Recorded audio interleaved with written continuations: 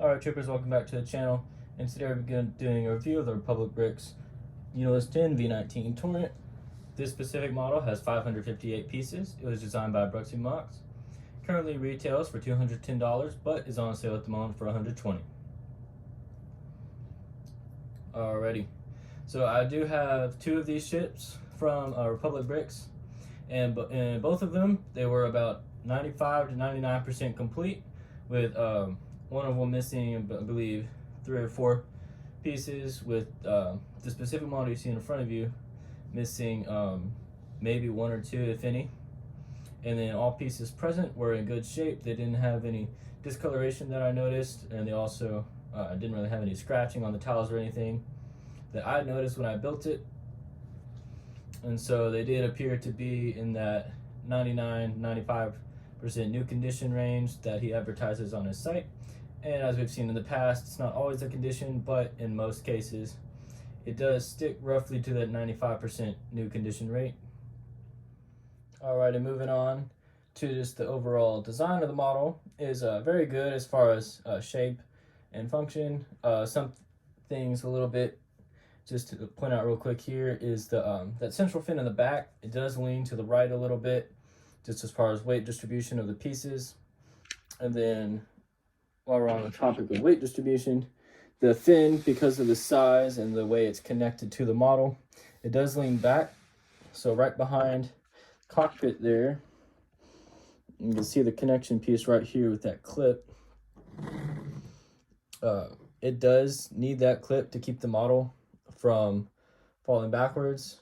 Let's go ahead and disconnect it real quick here, and then just let it go, and you can see that it does fall backwards. And that clip again is just placed on the back with the pilot seat right there, forming what would hopefully be an airtight seal for the pilot right there. It does have a little bit of a gap, but that's not too much of an issue for me, and it won't be for most people. And additionally, these wing mounts on the side right here, both left and right side, you see as I move it, they just kind of shake a little bit. The only spot connecting these wings to the main frame of the vehicle is this piece right here. It does have another part right here where the engines connect to the main frame of the vehicle, but as far as these wings themselves, it only connects right here, which does leave them a little shaky when you're moving it, but it still does allow it to be positioned for the flight configuration, which, and I won't get it exactly here, but they would roughly go here, and then this, just moving it back real quick, and you can see the entire back of the cockpit came up when I tried to move it. So it's an issue for some, not to others.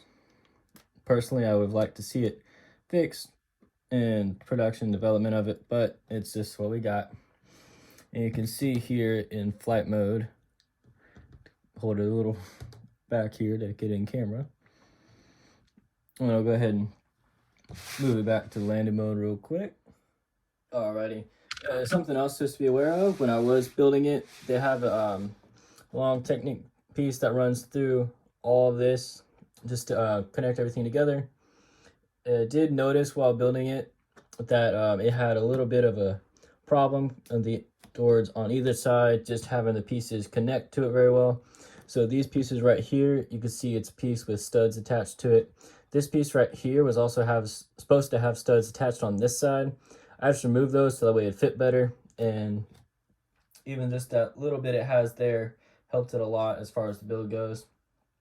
And then something else was on these guns, these wing guns right here. They did have a different build strategy right through here, where it's actually, by all intents and purposes, reversed as far as how the model was built. It is the way it was built, I didn't see it as a feasible way to be able to hold it structurally, and some other people I talked to that have the model as well also didn't really seem to agree with the way it was built, and so it's just something I did personally. You could more than likely build it the way it was intended, but I just personally didn't like how it was. So it's just something I changed. And some people will like how it was done originally, some people won't, and they'll mod it like I did. I'm very picky about how my stuff looks, so I mod it when I see fit, and then I leave it, most of it, as it was originally built. That's just something to be aware of, something to know about. Alrighty, moving on here, just gonna show the cockpit area of the model, and as with most of my vehicles, I do have the figures placed in them. This one, I have the Republic Bricks Unilist 10 pilot trooper that I have here. I have him in most of my Unilist 10 spacefaring vehicles, as my fighters, my transports, all those.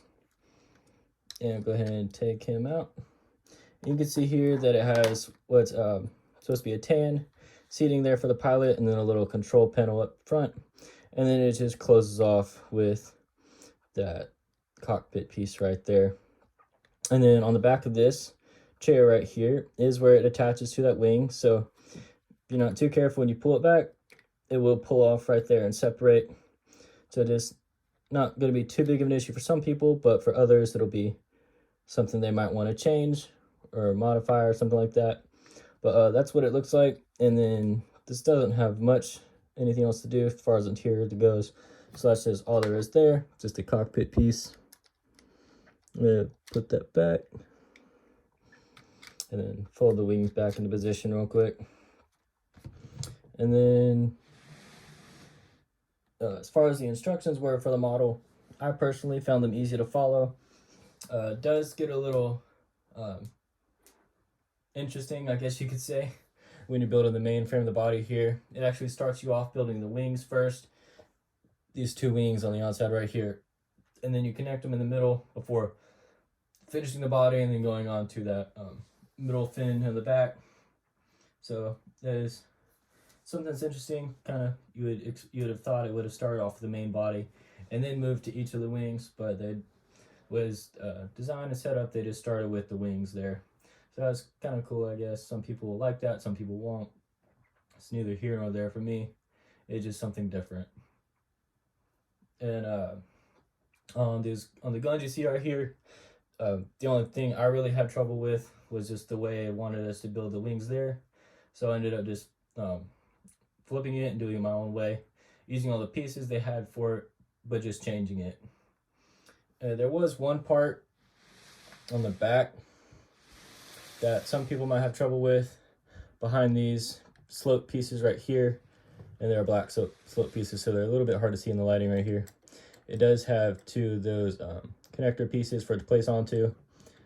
Most of that is Technic on the inside with a brick overlay, and so it had a piece where it wanted you to have pushed through multiple different layers of Technic pieces that I didn't find feasible or easily feasible for me.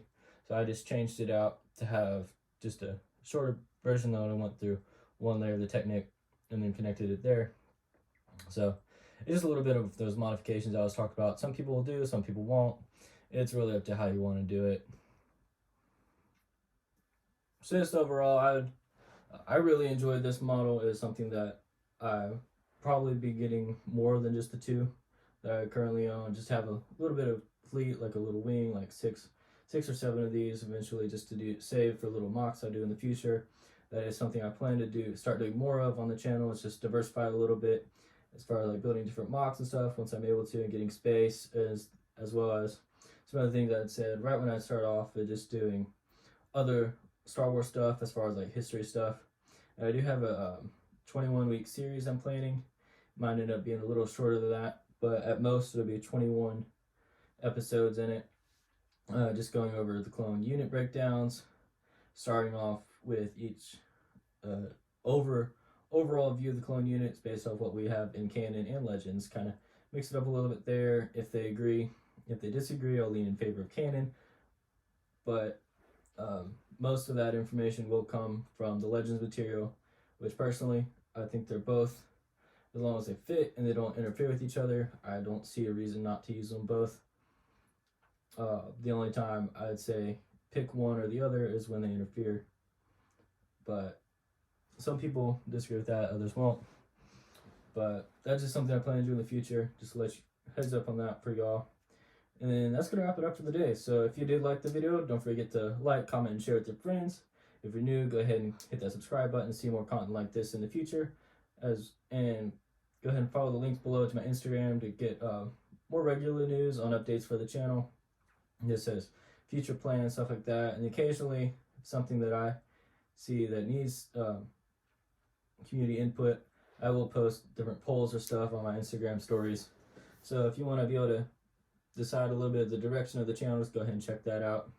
If you're in a Discord, I do have a server that I'm working on.